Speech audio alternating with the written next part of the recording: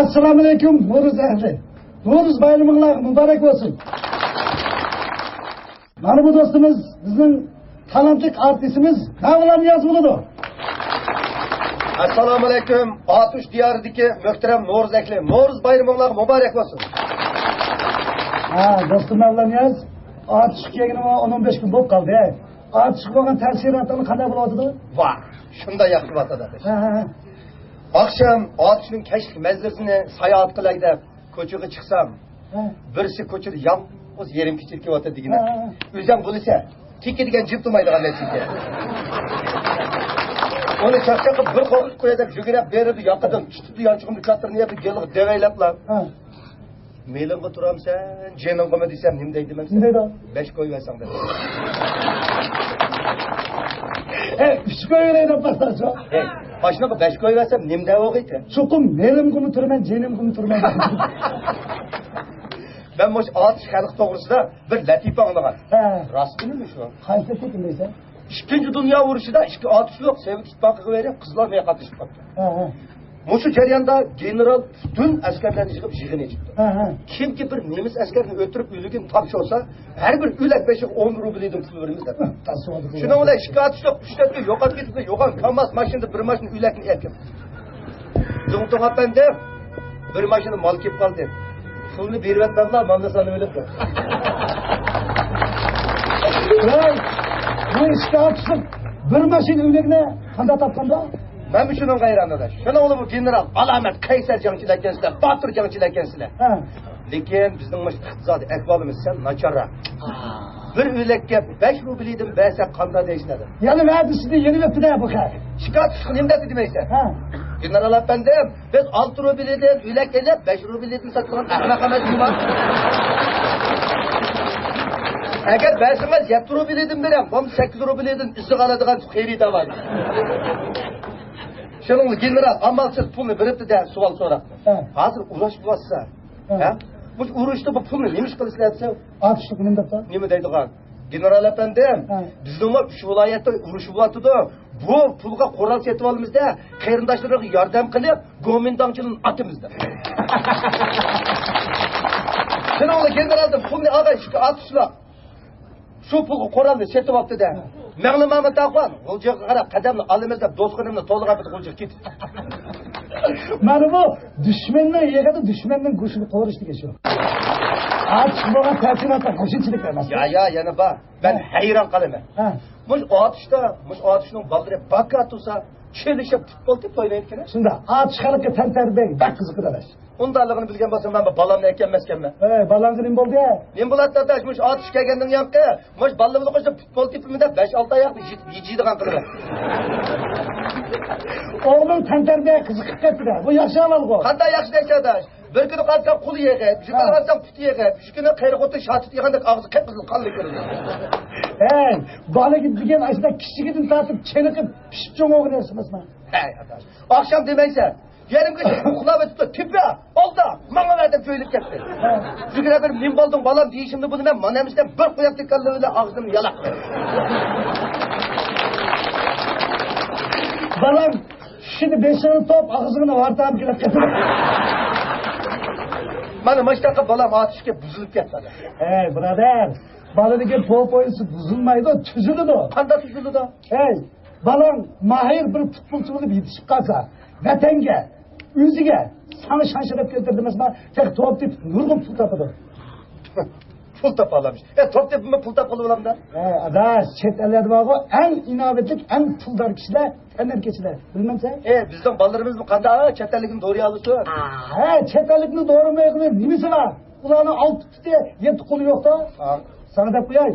Bizning atishning ihsa qiyasida 1927-yili atishning dehqonlari Qashqar turishlik Angliya Schmidt konsullari bilan to'p musobaqasi o'tkazdi. Xo'p, yurak dehqonlikka toza rasvo olganda. Bosh chaqirma u dehqonni. To'plarni qirlab, putlari yaloq to'p tekkan bu dehqonlar Angliya futbol komandasi 0-ga qarshi 2 natija bilan, Schmidt komandasini 0-ga qarshi 7 natija bilan yengib, akavr ajnabiylarni no degizib o'tkazdi. Hacap joylabdi ekan. Hacap joylabdi ekan. Bu gaplarimni anglab ko'ndirib yoshlatadi adash. Bizning bolalarimiz mı? Kelgisi özünün raqobatchilarini shunda no degizutligidek batır oğlanlardan bo'lib chiqa olami? Shunak. Biz farzandlarimizni qo'llaydigan bo'lsak, ularning qo'lidan batırlik kesib tutilmaydi, birodar. Adash. Hoşu Namtili efendinin so'ragami? Namtili efendi qishloq tijorat qilib, Sovet ittifoqi orqali Turkiyaga o'qiydi. U vatan qaytib kelib, 6 ay ichida shu 24 yilda biroq 24 maktab ochib, 10 mingdek o'quvchining qarang'iligiga chiroq yoqadi. Nima degan oliyjanob ulug' kishi ya bu. Biroq xalqning uyg'onib ketishidan qo'rqqan shinsay, u zotning nurg'un ishli kishilarimiz bilan Qashqarda turmada ko'ydirib, hajir o'tiribdi. Bu munofiq, qonxo'r shinsay, sen haqiqatan bizning bu dunyolik dushmanimiz. Shunday. Bizning minglagan, 10 minglagan kishilarimizni o'ldirib, ili tarim daryolarida qon oqizgan. Bu odam o, inson o. Bu nima uchun? Nima uchun bo'ladi? Pul uchun, boylik uchun. Hay pul. Sen nima degan razil ha? Yo'q bo'ladi. Pulni tilama. Pulni gunoh yo'q. Pulni razil qiladigan odam. Agar biz pulni tepib to'g'ri yo'lda ishlatsak, u insonlar omad qilib keldi. Noto'g'ri ishlatsak, ofat qilib keldi. Adash, ko'nglimga kelmasin. Ben mush otish kelib, otishning qaynoq bozorlarini orlagan ekan. Otish xalqini puldan boshqa narsa o'ylamaydigan bir xil hukm menda hozir bo'lib qoldi. Pul deydi. Pul degan shunda cho'nimi? Shunda pul degan intayin ulug' narsa bo'ladi. Bundan 100 necha yil burun otishdan Qashag'inin, Akku Musoba qatorliq isil baylar chiqib, xalq uchun nurli yaxshilarni qilib berdi.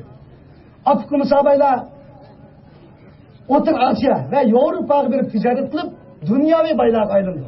Ular ashqlar deb nima qildi bilasizmi? Nima qildi? 5-10 ta xotin olganda da. Unda emas. Ular pul topganki xalqni unutib qolmadi. Ular o'z yeridan pul chiqarib 1885-yili otishning iksak yilida tunji fanniy maktabni ochib, Uyg'ur yangi ma'rifining mashqini yaptı. Ular zavod qurib, Uyg'urlarning zamonaviylashiga yo'l ochib berdi. Nurg'un o'quvchilarni chet elga chiqarib o'qitdi. Peki, viloyat inqilobi bo'lganda ularning farzandlari nurg'un Qur'on yaratib setib olib, inqilob uchun, ozodlik uchun to'p qo'shdi. Demek adaş, pulni aziz hem neciz qiladigan uning egisi keldi. Hatta ma'yil joyida bo'ldi. Qizida gunoh yo'q, onasi buzuq degan alimoq. Adaş, musho otishliqlar pul tepishdi, Yahudiga o'xshashlar jumla. Yahudining gapini aytib qoldim birodar. Yahudilar 2000 yillik sargandalik hayotini og'irlashtirib, İsrailiydan iborat kuchli bir davlat qurib chiqdi. Bu nimaning qudratini bo'ldi? Albatta pulning qudratini bo'ldi.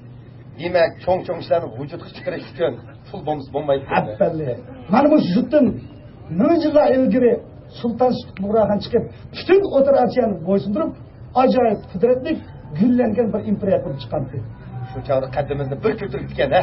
Mana bu shunday tarixiy shuhrat nimaning qudratini bo'ldi? Albatta vatanparvarlik, ittifoqlik, jangovarlik, jumladan zo'r iqtisodning qudratini bo'ladi. Adash. Demek pul bo'lmasa vatanni qo'g'dig'ili va gullandirgilim bo'lmaydi ekan. Shunda, masalan, Chin sulosi shirklashib, iqtisod ojizlashganda birmuncha pul va ajnabiy davlatlar vatanimizning birmuncha yilni xuddi onasining haqqi olgandek besib berib, bizning qinimizni piyishgandek ismirlar. Elimo Sungjungsan efendim bilan Reis Mavzudun chiqib vatanimizni qutqizib qoldi ekan. Bo'lmasa bu qon sho'rg'ish qaroqchilar boylig'imizni taram-talish qilib vatanimizni ishtalvatgan divonining aski chopinda jul-jul qilib o'tamidi. Mana 3-umumiy yig'indan keyin biz iqtisodiy qurilish elib berib, vatanimizni ajoyib qudrat topdik. Xalqimiz yaxshi turmush erishdi. Shuning bilan birga bizning obro'yimiz xalqaro o'sdi. Har qanday jahongir davlat bizni kattatirgan bo'lib ketdi. Shunga ko'rlar pul to'g'riliq mundaq aytgan. Pulning ishi farmon bilan, pul yo'qning ishi armon bilan. Puling bo'lsa kundi bayram, kundi to'y. Puling bo'lmasa kundi qayg'u, kundi o'y. Adash, biz har soyda terishib pul tepishimiz kerak ekan. Shunday. Aziz qarindoshlar, Jipak yo'li madaniyat yaratgan ajdodlarimizning izidan besib, pul topaylik, yo'l topaylik. To'g'ri, pul topaylik, yo'l topaylik.